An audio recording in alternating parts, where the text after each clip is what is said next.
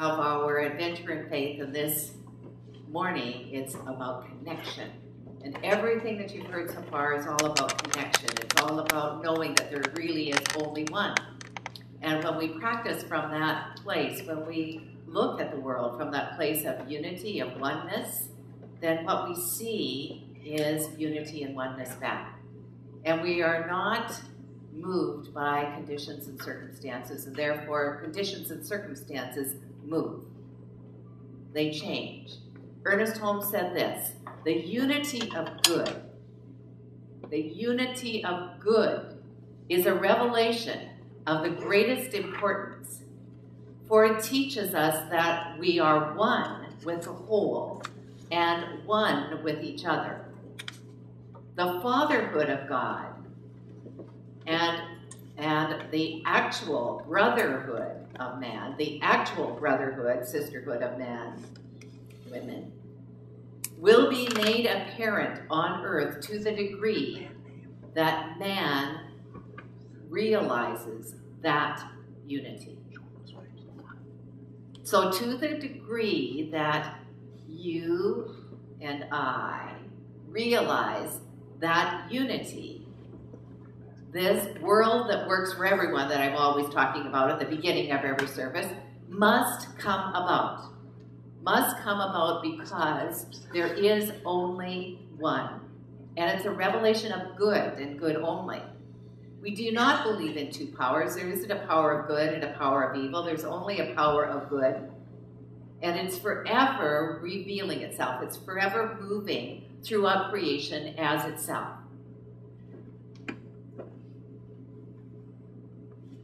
Every Wednesday Wisdom for many years, Reverend Judy has been concluded Wednesday Wisdom with John Lennon's Imagine. And he says, you may say I'm a dreamer, but I'm not the only one. But I'm not the only one. I hope someday you'll join us and the world will live as one. The world will live as one. It can't happen while we're seeing right and wrong, good and bad, us and them. It can only happen when we see only us. Or only, actually, you can begin with yourself, see only yourself. See only yourself and see it as a revelation of good.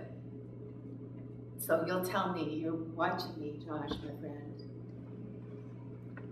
Wonderful. All right.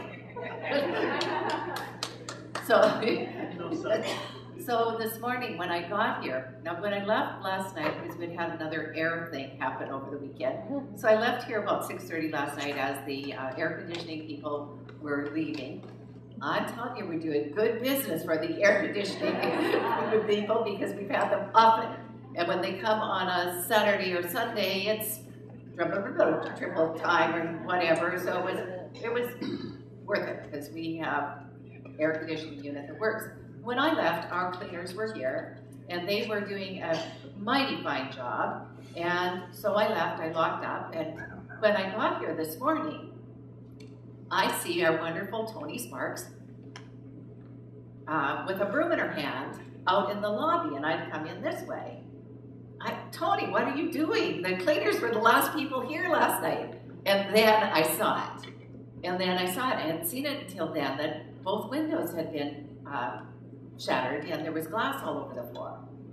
And she had been sweeping it up. So you probably had some response or reaction also. And I ask you to think about what your reaction was. What was your reaction when you had to go all the way around instead of coming straight in? What was your reaction when you actually saw the shattered glass, or maybe you didn't because they've been covered up, but behind that covering, I guarantee you it's a beautiful design of completely shattered glass. So what was your response? And I want to tell you what mine was, because I think this is so important when I'm talking about connection. So first of all, because I didn't understand that something shot from the outside would put a dent on the inside. So I thought it had happened inside out. And so I was concerned who had been in here, who had access, who could have done this, vandalized our new home, and I was sad. I was sad and I was confused, and people were saying, well, did you change keys? And no, we didn't change keys. But my mind did not go there. I know that the people that had this place before us were also a church. It was also a holy place, and they may have had their issues, but coming in and shooting out windows, nah. It wasn't that. It wasn't them.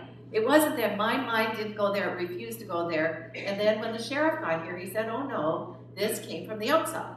This kind of din comes from when a BB gun or pellet gun is shot from the outside.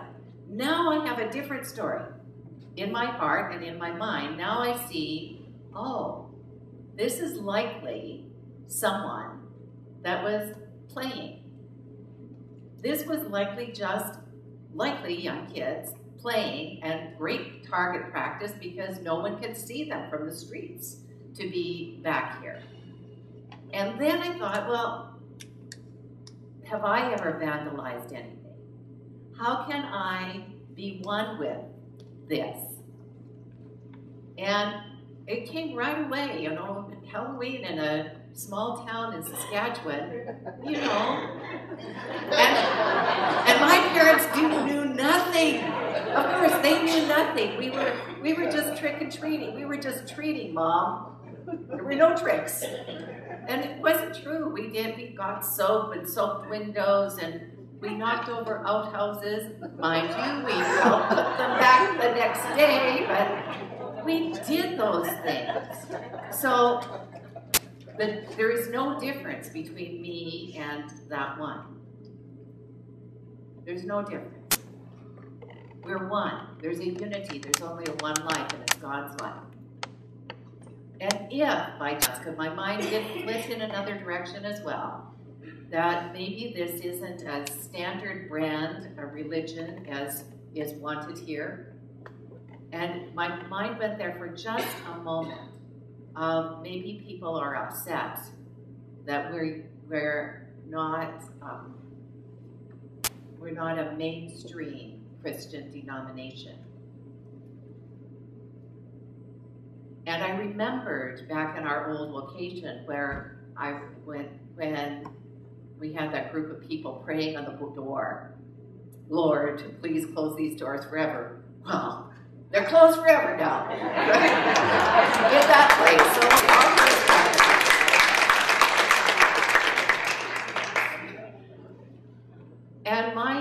my feeling of fear and self-righteousness. I don't have fear. And I want you to join me. What I want us to do today is to come to this place that we are a blessing in San Clemente. We are a blessing in San Clemente because we bring, first of all, respect for all religions. And we bring a positive message for all to live by. So whether other people want to join us or not, that's their business. It's not, we don't have to have people join us. And that from this moment on, there's never any need to use this as a threat of any kind, to blow out our signs. Both were completely shattered. Both our executive suite sign and our Center for Spiritual Living sign. So that to me says they just wanted to practice on the signs. And that's where I'm going to firmly stay. And I want you to join me there. Because this revelation of good is wanting to move through us, knowing that we are connected with one another. Now this does not mean, and never means, that we ask for abuse. It doesn't mean that we say, okay, I'm going to stand here so you can hit me. I'm going to stand here to be a target. No. Unity means that we see there's only one here, and it's good. And it's good. And you know what? In your own lives, you're called to do this because there's an election coming. And you've been called to draw up sides, this side or this side. And so you don't need to put your hands up because it's not, but is there anyone here that has a friend or spouse or loved one that votes a different way than you? Yeah, We all have friends that have different opinions. That's the great thing about life, is that we do have different opinions, that we don't all have to think the same way. And still we love each other, and still we love each other. And the diversity makes us stronger, because we get to see life in a richer way, in a richer and greater way. Some of you have seen, you're so good, Josh, that was great. Some of you have seen a woman by the name of Brené Brown on TED Talks. Anyone know who I'm talking about? Okay, 2 or 3. She's a fascinating woman. I think she's a social worker by trade, and just brilliant.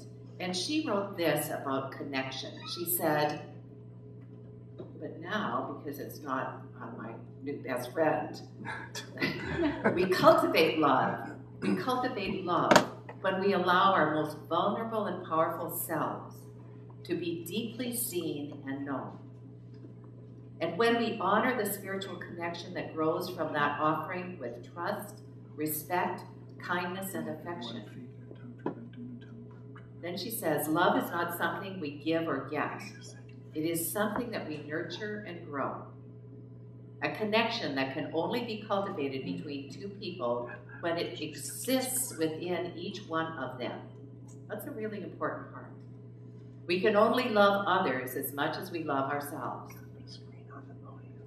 Shame, blame, disrespect, betrayal, and the withholding of affection damage the roots from which love grows. So we go back to that wonderful meditation that Kaylee wrote. Those roots are deep and solid, and the spiritual roots cannot be damaged, but the human roots can be damaged by shame, blame, disrespect, betrayal, and withholding of affection. And it all begins with self. It all begins with yourself. Love can only survive these injuries if they are acknowledged, healed, and rare. So, something that we can all do this week is to acknowledge the places where we've been afraid, where we've been shamed, where we've been blamed. I would suggest a safe place. Those of you who are in sacred circles, that might be a great place to practice this, to just acknowledge what has been going on with you. Because that which we keep trying to keep hidden is louder than we can shout. It's the most visible thing in the world, the thing that we try to keep hidden. And you are beautiful spiritual beings, just the way you are and just the way you are not, without changing a thing.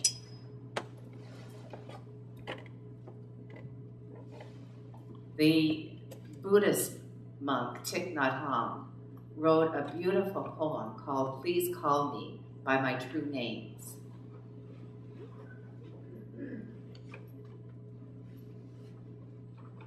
Read the whole thing, I'm just going to read a little bit of it. He says, don't say that I will depart tomorrow. Even today I am still arriving. And that's a really deep idea, that the you that you are is not complete. It is ever evolving. You're still arriving. You're welcome just the way you are, but you're not completed. Then he says, look deeply every second I am arriving, to be a bud on the sleeping branch, on the spring branch, to be a tiny bird with still fragile wings, learning to sing in my new nest. That's what we're doing. We're learning to sing in our new nest. I'm doing some work with Dr. Stephanie Reese, and it's really enjoyable. And one of the things I'm doing is listening to this great music. Evidently it won't be so great at times, but right now it's really great. And she gave me a choice. I could either have birds or not birds. So she said, why don't you listen for a little while? And the first couple of, maybe half a minute that I was listening, it was so pleasant. The birds were chirping sweetly and the song was melodious. And then some bird started squawking, and it was like, no, I don't want this. This changed from being sweet and melodic to something that was irritating. I'm so glad I had the choice to either say yes to this one or no. So I could say, no, this is not for me at this time. And even though we're connected with all life, we do not have to play everybody else's sandbox. Right? We get to choose where we play. We get to choose to play with positive, like-minded people. We get to choose to create a world that works for everyone. We get to choose to use that infinite intelligence that is God's mind, to choose to use it wisely, to know that we are connected with everyone, each other, and with all life. So, this week, we're going to just a teeny bit of our movie. I know how many of you are not in sacred circles? Are not? Oh, quite a few. Okay. All right, because I know you're seeing more than I show in your sacred circles. We're going to show just a little bit. Let me just set it up a little. So this is the part of the movie where he's discovered not only can he learn everything immediately, but he truly is one with all life. And it scares the people around him. So let's take a look.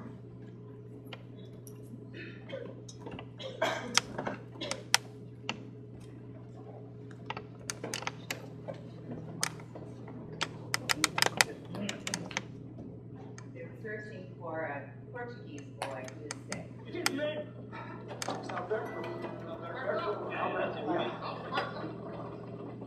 Now let's spread out. Comb these trees. Everybody, let's go. Look real careful. Call out his name.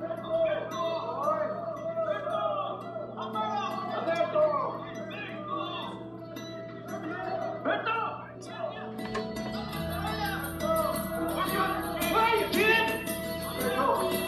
Where you know we're coming?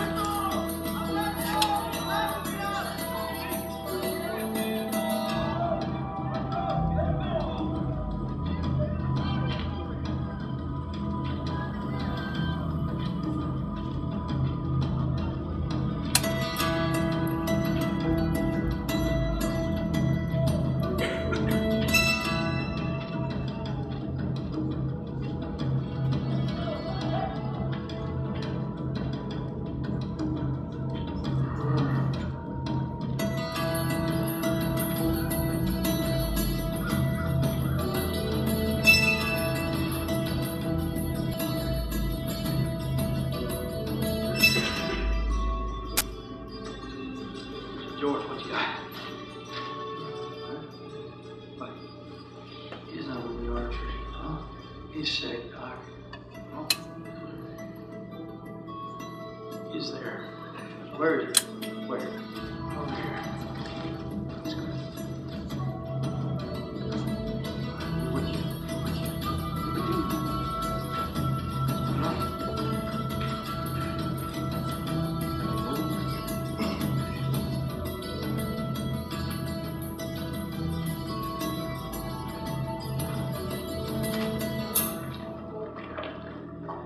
George? It's not me, it's him. Tell me where he is. I don't know. I don't know.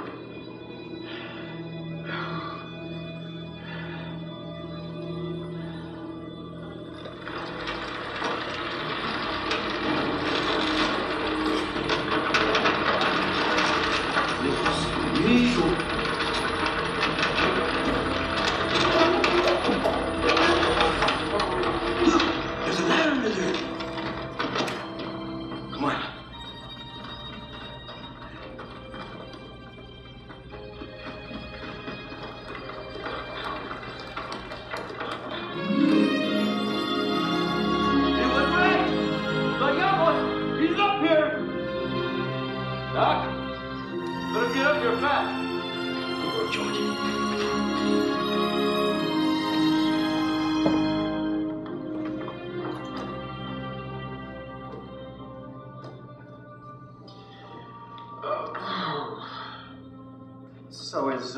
Wednesday good for you? Say 2 o'clock? Sure, Wednesday's good. Should I send a car? No, John, I'll get there on my own. And I'll have somebody from Solar Energy there. And anything else? Yeah, automotive. Do you have an agricultural school in Berkeley? Yeah. Well, how about for my fertilizer?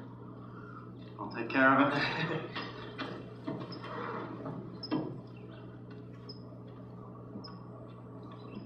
Hey, George.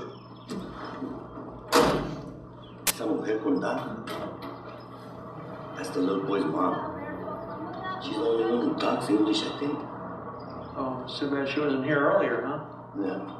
But I guess she had to live for work, man. I want you to meet a very special guy. This is the man who found your son, okay? Very special. This is George Malley. This is him. Hello?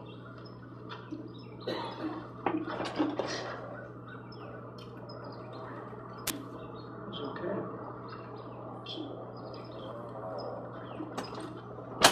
Take you to the hospital, okay?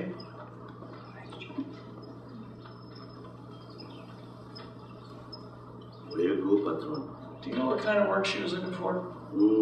Cook, I think they say, housekeeper. Okay? You know somebody who's looking? All right, man. Thanks, George.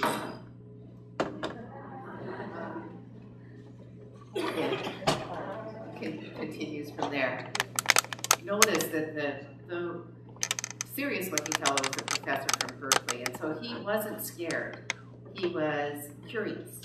And I think that that's a healthy-minded way to be when something is different from what we are expected to be curious. The townspeople were superstitious. They have been friends of George's his whole life, and yet they think that there's an alien within him, that there is something extremely wrong, and they're afraid of it. And so the point I leave you with is that the things that we cannot understand,